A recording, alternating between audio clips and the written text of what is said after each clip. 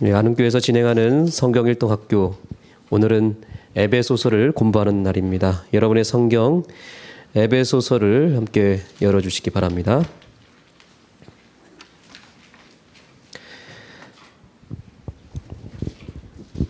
네, 에베소서는 바울 서신 가운데서도 이런 별명을 가지고 있습니다. 에베소서는 바울 서신의 지성소와 같다, 이런 얘기를 합니다.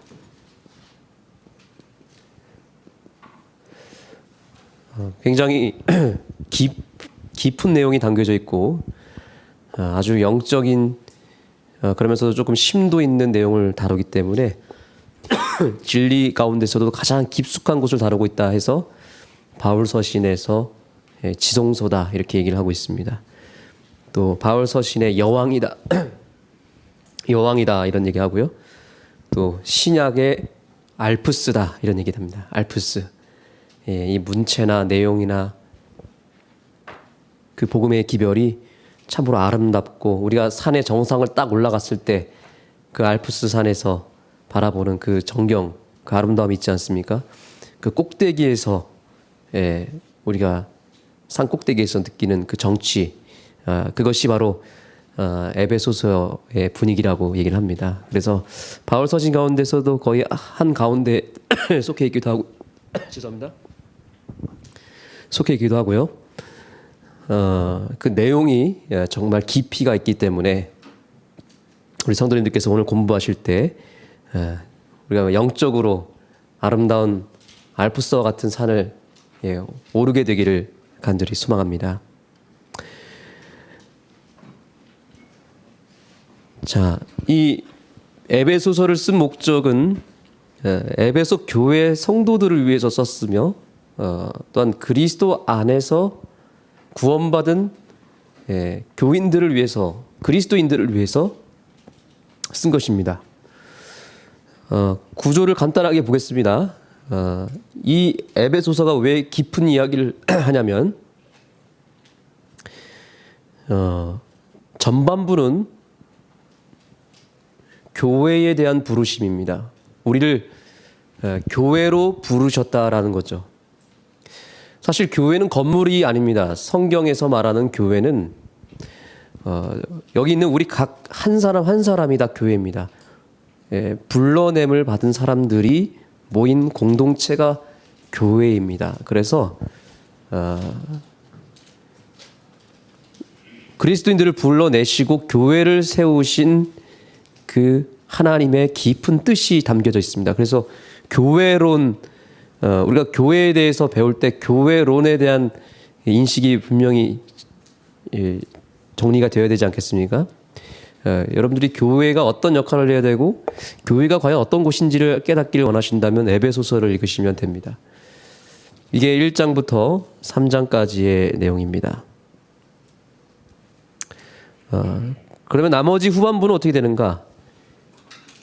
집단적으로 교회를 부르시고 그 교회에 대한 깊으신 하나님의 뜻을 1장부터 3장까지 선포하셨다면, 마지막 후반부인 4장부터 6장까지는 그 교회를 구성하고 있는 각 한 사람 한 사람에 대한 하나님의 뜻, 개개인, 그 교회를 이루고 있는 교인들에 대한 하나님의 부르심입니다. 내가 교회가 되었고 내가 교인이 되었다면 이제 내가 교인으로서 어떻게 살아야 되는지, 교인으로서의 합당한 삶은 어떤 것인지를 깨닫기를 원하신다면 에베소서 가운데서 4장부터 6장까지를 읽으시면 되겠습니다. 자, 그러면 이제 에베소서를 본격적으로 다루도록 하겠습니다.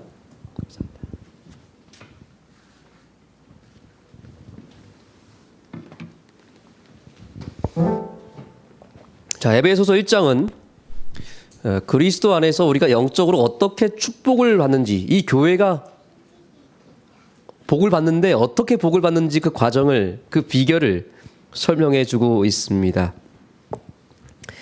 자, 1장 3절을 우리 다 같이 한번 읽어볼까요? 1장 3절 그리고 4절까지 한번 읽어보겠습니다. 찬송하리로다. 시작. 찬송하리로다. 하나님 곧 우리 주 예수 그리스도의 아버지께서 그리스도 안에서 하늘에 속한 모든 신령한 복으로 우리에게 복 주시되 곧 창세 전에 그리스도 안에서 우리를 택하사 우리로 사랑 안에서 그 앞에 거룩하고 흠이 없게 하시려고. 5절 그 기쁘신 뜻대로 우리를 예정하사 예수 그리스도로 말미암아 자기의 아들들이 되게 하셨으니. 아멘. 이는 그의 사랑하시는 자 안에서 우리에게 거저 주시는 바 그의 은혜의 영광을 찬미하게 하려 하는 것이라. 아멘. 에베소서의 핵심은 바로 이 구절입니다. 여기 안에 다 들어가 있습니다. 중심 구절입니다. 그래서 여러분들이 이 말씀은 깊이 새기시고 암송도 하실 필요가 있고, 여기서 하나님께서 우리에게 어떻게 복을 주시는지를 그 원리를 분명하게 가지고 계셨으면 좋겠습니다. 자, 여기 여러분들이 읽은 1장 3절부터 이 6절까지의 내용 가운데 삼위 하나님을 한번 찾아보시겠습니까? 보이십니까? 여기 삼위 하나님이 우리의 구속을 위해서, 우리에게 축복을 주기 위해서 어떻게 하시고 무엇을 해주셨는지가 나타납니다. 일단 맨 먼저 누가 나오시죠? 하나님인데 어떤 하나님이에요? 곧 우리 주 예수 그리스도의 누구요? 아버지께서랍니다. 아버지가 나오십니다. 아버지 하나님.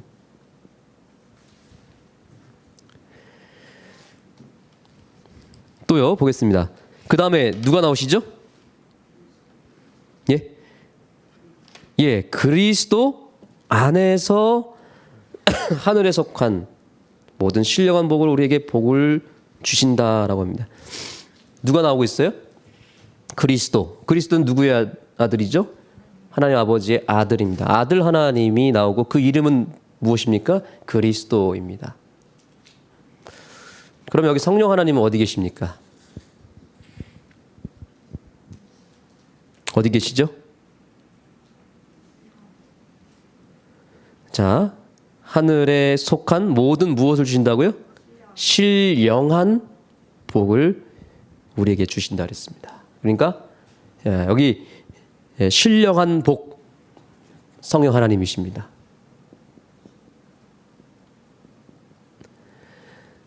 삼위일체 하나님이 그대로 등장하지 않습니까? 그렇죠? 자, 여기 보니까 복을 주시는 분이 누구시죠?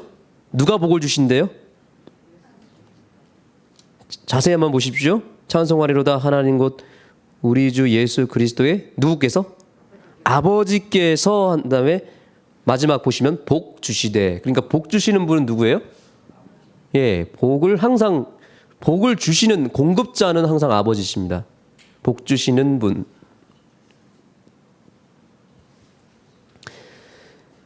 그런데 복을 주시는데 아무렇게나 주시는 게 아닙니다. 반드시 원리와 질서가 있습니다. 어떻게 주신대요? 누구 안에서 주신대요? 그리스도 안에서 주신다고 합니다. 그러니까 아버지 하나님 복을 누구에게 주시는 거예요? 그리스도 아들 하나님에게 복을 주시는 겁니다. 그분을 통해서 그분 안에서 주시는 겁니다.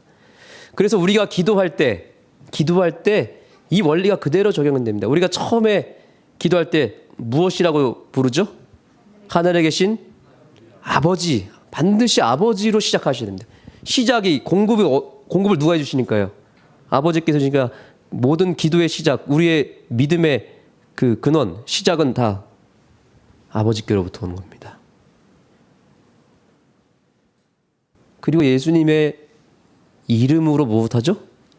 기도합니다 하고 기도의 끝엔 누가 계시죠? 예수 그리스도. 그러니까 예수 그리스도의 이름을 힘입어서 기도했을 때 응답이 있고 그 기도가 효력이 있지, 예수 그리스도의 이름이 빠져버리면, 그리고 그분의 이름으로 기도하지 않으면 그것은 기도가 아닙니다.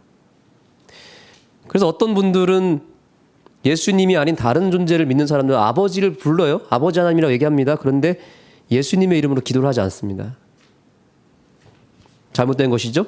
그죠? 예, 아들 하나님을 통해서. 그래서 예수님은 뭐예요? 무엇이냐면 통로가 되십니다. 이 외에 다른 이름을 우리에게 주신 일이 없다 그랬습니다. 복을 받는 통로가 분명해야 됩니다. 그러면 우리의 기도 속에 성령 하나님은 어디 계십니까? 성령 하나님. 성령 하나님은 어떤 역할을 하십니까? 아버지 하나님은 공급을 해주시고 아들 하나님은 통로입니다. 그러면 성령 하나님은 무엇입니까?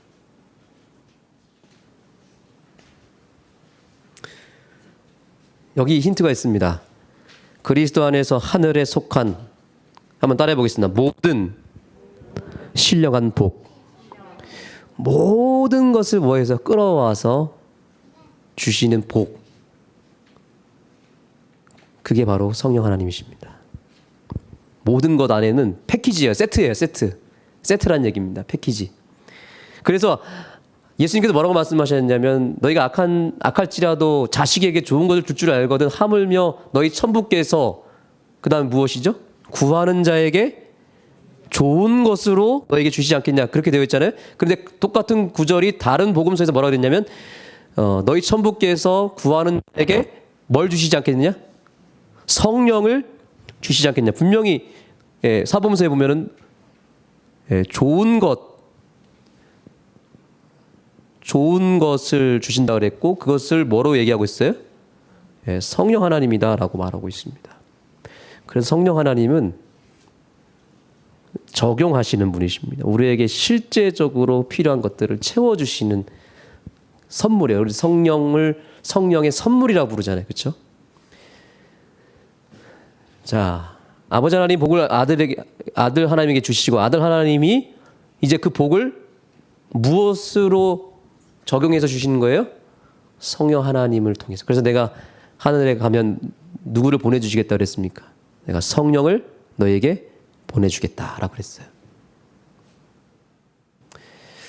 어떤 분들이 물어봅니다. 왜 기독교에서는 하나님을 세 분으로 믿냐고. 그 삼신론 아니냐고 얘기합니다. 그걸 이해를 못하는 분들이 많이 있습니다. 여호와의 증인 분들은 하나님은 오직 한 분이다라고 얘기를 하는데 기독교는 세 분의 하나님을 믿거든요. 그래서 그것을 이해하지 못하는 분들이 굉장히 많이 있고 우리 교회 안에서도 이것을 이해하지 못해서 결국 성령 하나님은 하나님이 아니라 그냥 그 복 자체고 하나님은 뭐 성령은 그냥 하나님의 어떤 능력이다, 파워다 이렇게 얘기를 합니다. 그러나 분명한 사실은 아버지 하나님, 아들 하나님, 성령 하나님, 세 분 하나님이 모두가 다 인격체이십니다. 각각의 개성이 있으시고 따로 분리되어 계시고 그분의 사랑과 품성과 목적 안에서 하나이십니다. 일체되십니다. 그러나 이 세 분 하나님이 각각 다 독립적으로 계신다는 사실입니다. 저는 이것을 이렇게 적용하기를 원합니다. 자, 여러분 각자 집에 무엇이 있어요? 그 수도 물을 받으려면 여러분들 수도 꼭지를 열어야 되죠. 그렇죠? 예, 수도 꼭지가 있고. 근데 그 수도 꼭지와 뭐가 연결되어 있습니까? 관이 연결되어 있습니다. 수도 관이 연결되어 있어요. 그리고 그 근원 마지막 끝까지 가보면 거슬러 올라가면 무엇이 있죠? 큰 수원지라 그러죠. 수원지. 물이 공급되는 곳. 우리 안흥에서 오는 물은 다 어디서 오죠? 횡성댐에서 온단 말이에요. 그렇죠? 그러니까 횡성댐이 공급자예요. 맞죠? 그리고 그 횡성댐에서 물이 뭘 통해서 갑니까? 관을 통해서 흘러 들어가고 각 가정에 흘러 들어가서 마지막에 뭘 열어야 돼요? 수도 꼭지. 이를 열면 물이 나옵니다. 아버지, 아들, 성령 이 세 분 하나님이 똑같은 역할을 하고 계신다는 거죠. 공급자를 아버지가 역할하시고 통로는 아들이 역할하시고 그것에 대한 실제적인 적용과 복은 성령 하나님이 가져다 주시는 겁니다.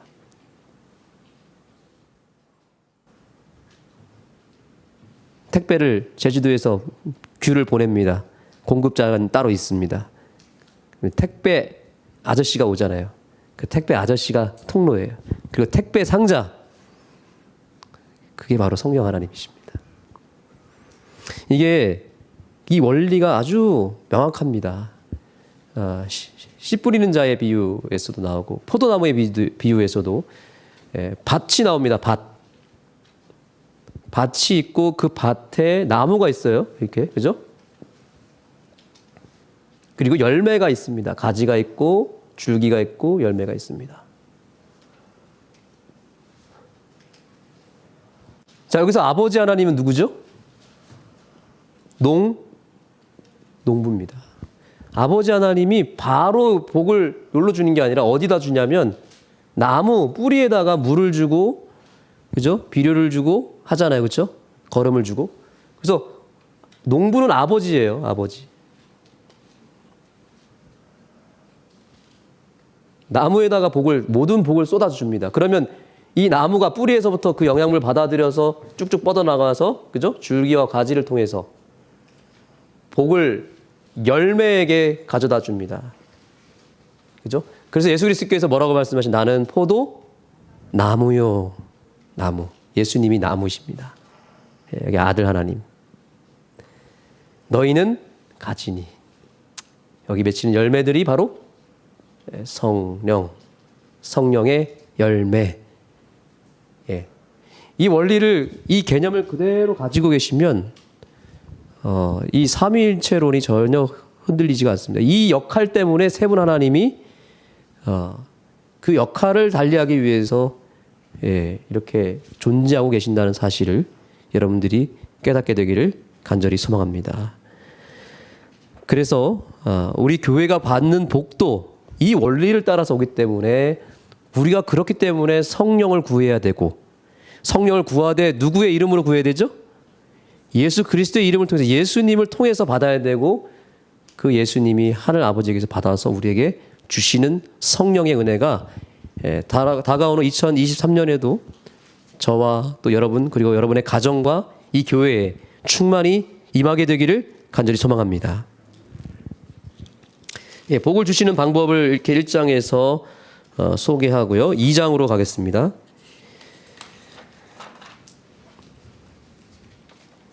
자, 2장에서는 이제 예수 그리스도 안에서 주시는 영적인 구원에 대해서 설명하고 있습니다.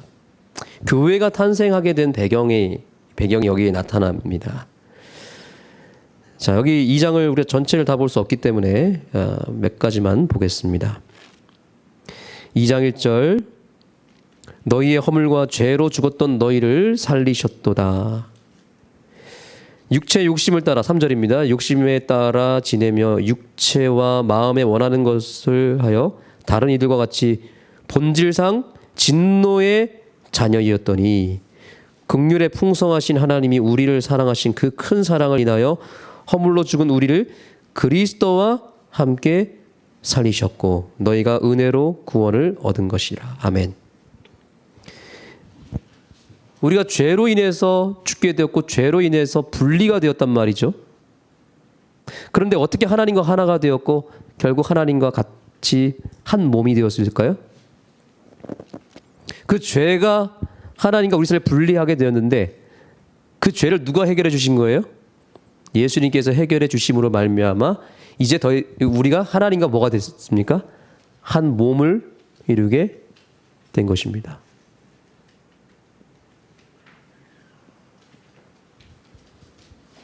그래서 교회는 예수님은 교회의 머리시라 그랬고요. 1장 22절 23절 보겠습니다. 교회가 탄생하게 된 배경과 함께 그 모습을 이렇게 얘기합니다. 또 만물을 그 발 아래 복종하게 하시고 그를 만물 위에 어디에 머리가 되게 해주셨다고요? 교회의 머리로 주셨느니라. 그 다음에요. 23절 교회는 그의 몸이니.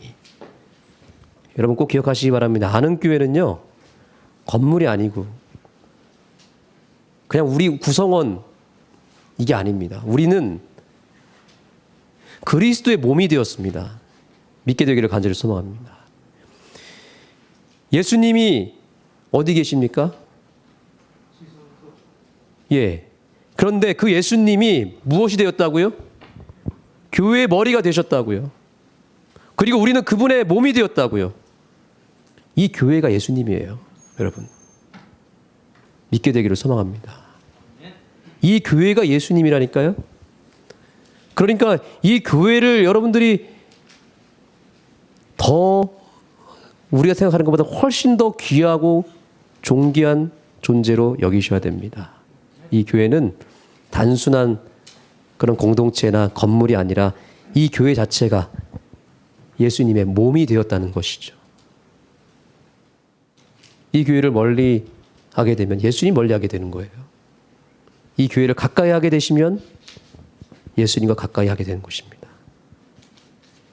이 교회를 너무 쉽게 생각하는 분들이 더러 있습니다. 그래서 교회에 대해서 막 쉽게 말하고 쉽게 공격하고 교회를 쉽게 더럽힙니다. 교회를 쉽게 떠납니다. 그건 예수님에 대한 모독입니다. 여러분, 아무리 교회에 대해서 많은 세상 사람들이 공격을 한다 할지라도 우리만큼은 교회를 지켜야 됩니다. 여러 소문과 여러 오해들이 난무하고 이 교회를 정말 무너뜨리려고 사단이 지금도 공격하고 있습니다. 그때 막 득달같이 달려들어서 교회를 무너뜨리고 끌어내리려고 하는 그런 부류에 속하지 않게 되기를 소망하고, 어려울 때일수록, 어두울 때일수록, 마지막 때일수록 이 교회를 목숨처럼 여기고 지켜내시고 이 교회와 운명을 같이 하는 교회의 몸, 예수 그리스도의 몸이 되기를 간절히 소망합니다. 2장은 그래서 그 구원, 예수 그리스도께서 십자가를 통해서 우리를 아버지 하나님과 연결시켰다는 거죠. 그래서 6절 보겠습니다. 또 함께 일으키사 그리스도 예수 안에서, 여러분 이 에베소서에서 계속해서 등장하는 게 뭐냐면 예수 그리스도 안에서, 무조건적입니다. 하나님은, 아버지 하나님은 무조건 예수 그리스도 안에서 우리에게 복을 주시는 분이에요. 그리스도 안에서 함께 어디에 앉히셨대요? 하늘에 앉히시니. 자, 이걸 누구 앉혔다는 얘기예요? 지금 문맥을 보십시오. 그리스도예요? 아니면 우리예요? 우리입니다. 그리스도 안에서 예수를 앉혔다는 말이 안 되잖아요. 그렇죠? 그리스도 안에서 누구를 앉혔다고요? 구원받은 우리를 그 보좌의 옆에, 하늘 보좌에, 그 하늘 보좌가 있는 그곳에 우리를 뭐 했다고요? 주님 보좌 옆에 앉혔다는 거죠. 이는 그리스도 예수 안에서 우리에게 자비하심으로써 그 은혜의 지극히 풍성함을 따라 오는 여러 세대에 나타내려 하심이니라. 여기 앉히시니, 그리고 일으키사, 여기 여러분들이 동그라미 쳐주셔야 됩니다. 과거형으로 쓰여졌습니다. 과거형. 앉혀주실 것이다가 아니고 이미 앉혔다는 거죠. 여러분, 놀라운 사실은요, 저와 여러분이 예수를 믿고 교회의 일원이 되는 순간 우리의 몸은 비록 이 땅에 있지만 하나님이 보실 때 우리는 이미 어디에 앉아 있어요? 하늘에 앉아 있다는 거죠. 하나님의 눈에는 저와 여러분이 이미 하늘에 가 있어요. 거기 앉아 있다 이 말이죠. 여기 앉히셨다 그랬잖아요. 우리가 앉아졌다고요. 그래서 우리는 이미 구원을 받은 것이다라고 유명한 신학자가 얘기했잖아요. 이미 구원을 받았다. 그러나 아직은 우리가 이 땅에 머물고 있지만 우리는 이미 그것을 확보해 놨고 이미 하늘에 가 있고, 그래서 이미와 아직 사이에 있다라는 유명한 말을 한 신학자가 했습니다. 그 근거가 이런 것입니다. 우리는 이미 하늘에 앉혀진 바 되었다. 그죠? 몸은 여기 앉아 있지만, 그러나 하나님의 눈에는 우리는 이미 구원 받으셨다는 거죠. 8절 다 같이 읽겠습니다. 너희가, 시작. 너희가 그 은혜를 인하여 믿음으로 말미암아 구원을 얻었나니 이것이 너희에게서 난 것이 아니요 하나님의 선물이라. 아멘. 선물의 특징은 값없이 받는 거죠. 나에게서 나온 것이 아무것도 없다는 거죠. 여러분, 올 한 해 우리가 받은 여러 은혜들을 생각해 보시기 바랍니다. 나에게서 나온 것이 아니라 누구의 선물이라고요? 하나님의 선물이란 사실입니다. 9절입니다. 행위에서 난 것이 아니니 이는 누구든지 자랑치 못하게 함이니라. 우리의 행위로 구원받고 우리의 행위로 뭔가 복을 받고 하는 게 절대 아닙니다.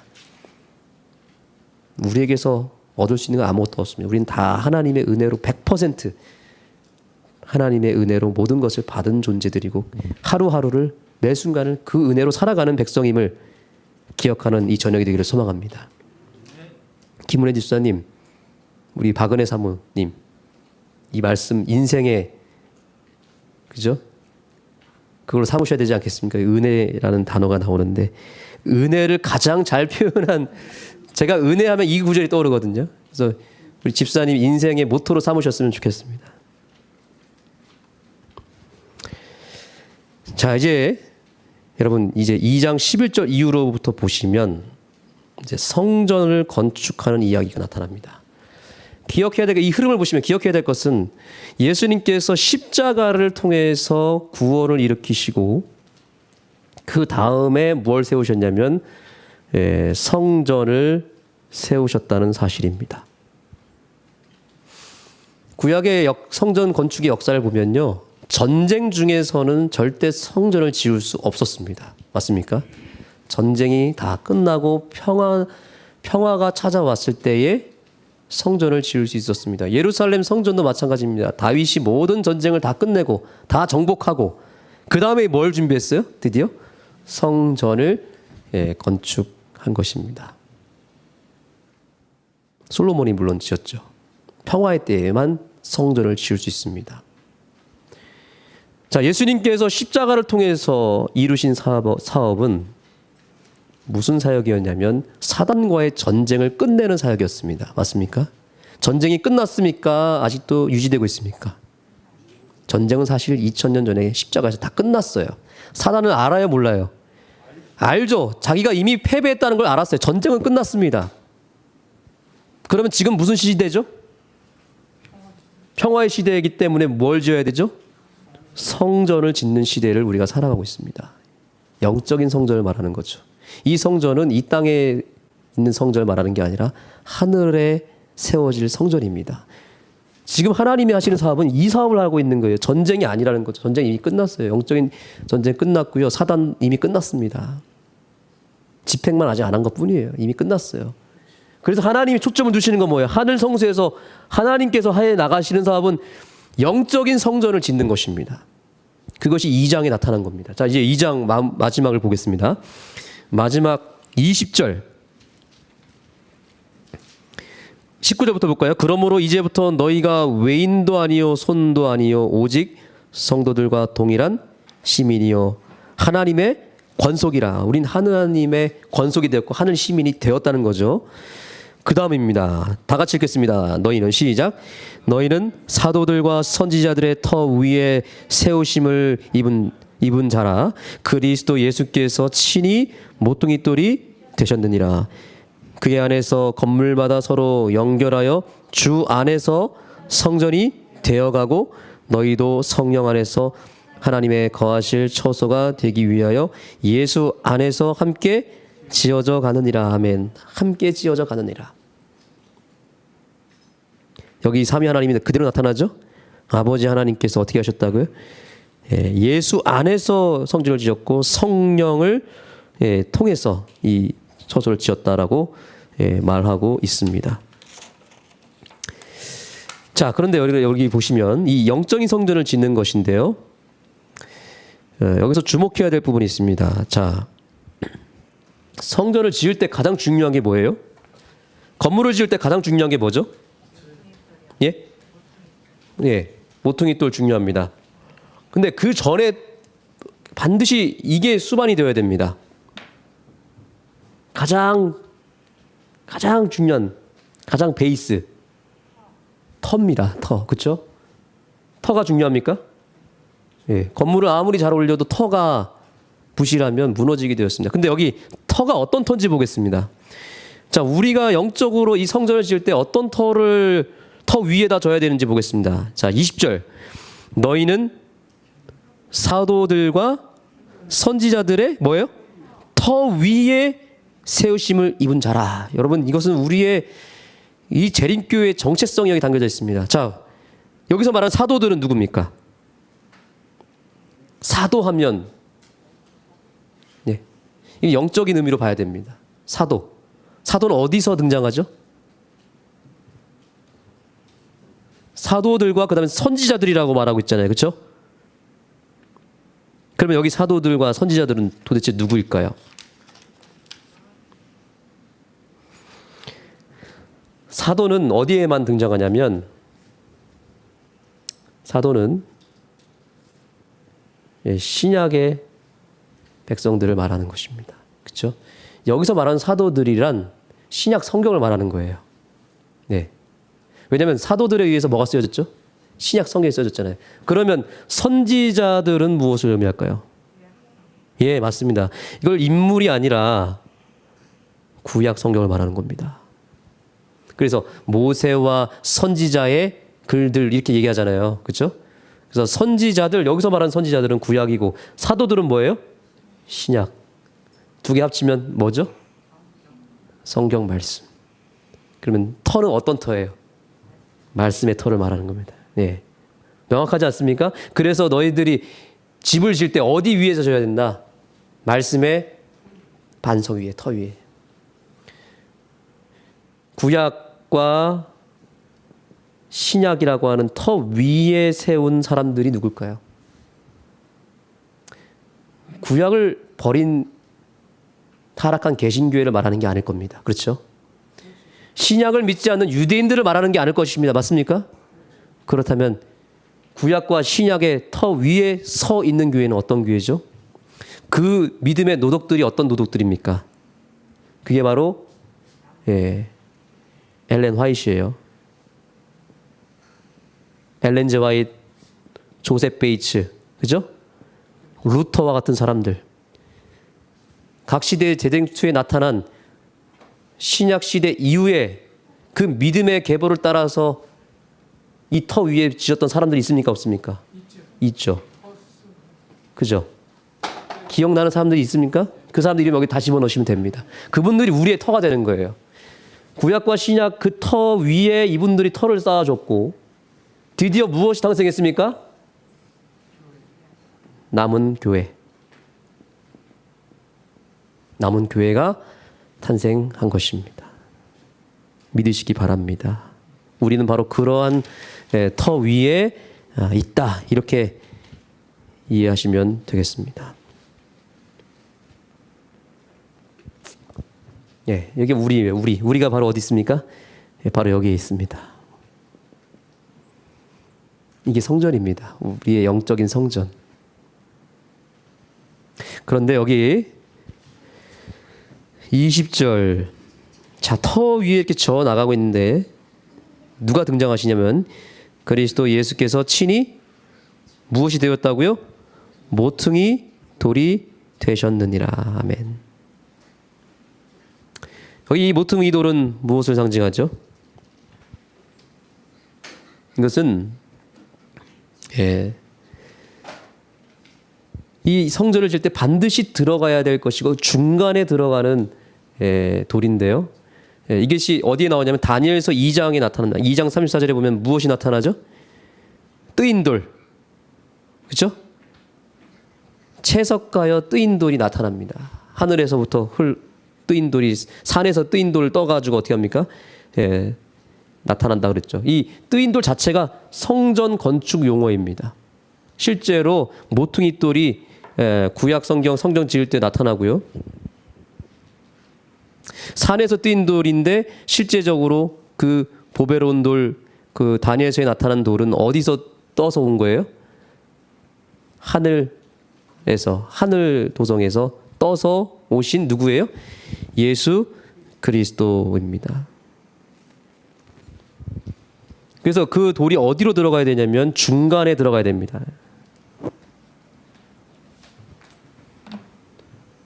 구약이라고 하는 터와 신약이라고 하는 터. 바로 요 사이에 뭐가 들어가야 되는 거예요? 구약과 신약 사이에 여기에 모퉁이돌 되시는 예수 그리스도가 여기에 이 성전의 한가운데에 이 성전을 버티고 서 계시는 곳입니다. 그래서 이 뜨인 돌은 여러 성경절에 보면은 시험한 돌이다 말했습니다. 어떤 돌이라고요? 시험한 돌이다. 왜 시험한 돌이라 그랬을까요?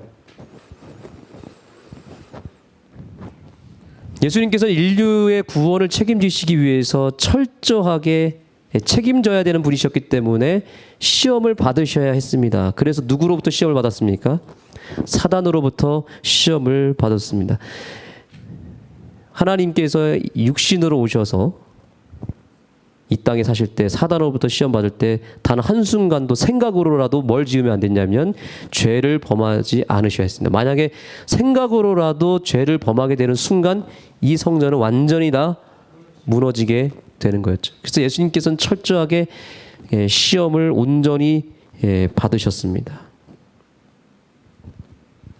그 돌을 말하는 것입니다. 마태복음 21장을 잠깐 보겠습니다.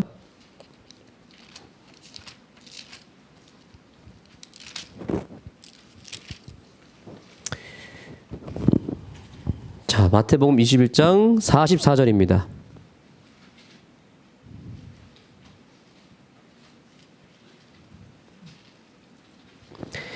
다 같이 읽겠습니다. 자, 여기 뭐가 나오냐면 돌이 나옵니다. 아까 이 뜨인 돌, 모퉁이 돌을 그 모퉁이 돌의 역할을 이렇게 얘기합니다. 21장 44절 시작. 이 돌 위에 떨어지는 자는 깨어지겠고 이 돌이 사람 위에 떨어지면 저를 가루로 만들어 흩으리라 하시니.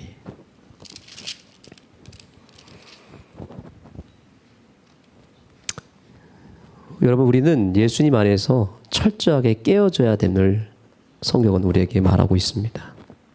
우리가 하늘 성소에 온전히 들어가는 다듬어진 돌이 되기 위해서는 누구를 통해서 다듬어져야 될까요? 예수 그리스도를 통해서 다듬어져야 됩니다.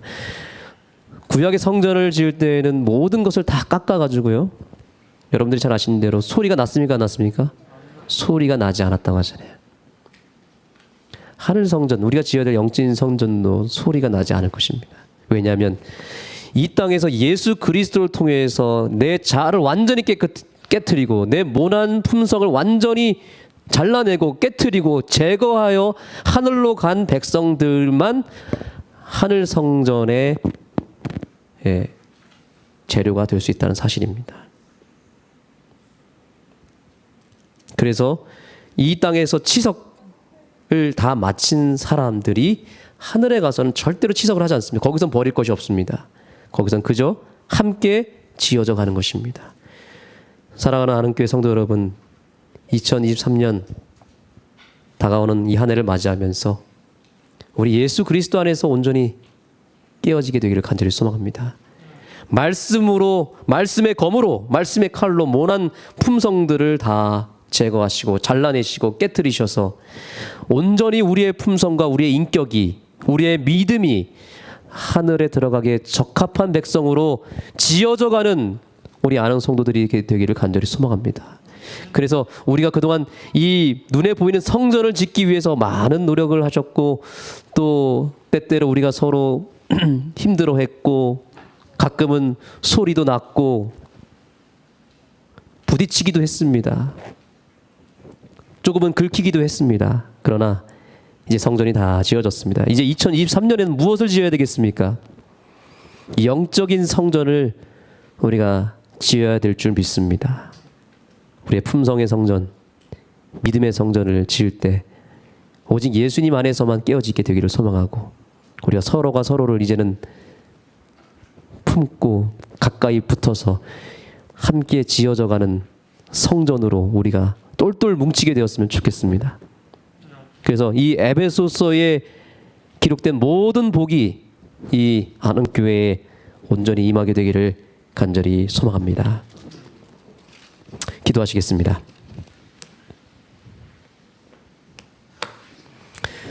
하나님, 우리를 예수님의 십자가를 통해서 2000년 전에 이미 구원해 주셔서 감사합니다. 우리가 이제 이 땅을 살아가는 목적이 구원받기 위함이 아니라 이미 구원받은 우리가 하늘의 적합한 백성이 되기 위하여 우리 스스로를 계속해서 돌아보고 성찰하고 반복해서 주님 안에서 매일매일 깨어져야 함을 저희가 인정합니다.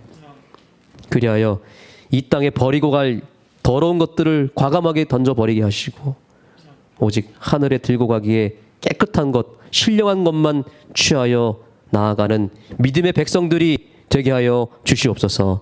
아는교회가 이제 눈에 보이지 않는 영적인 성전을 2023년에 지어 나가겠습니다.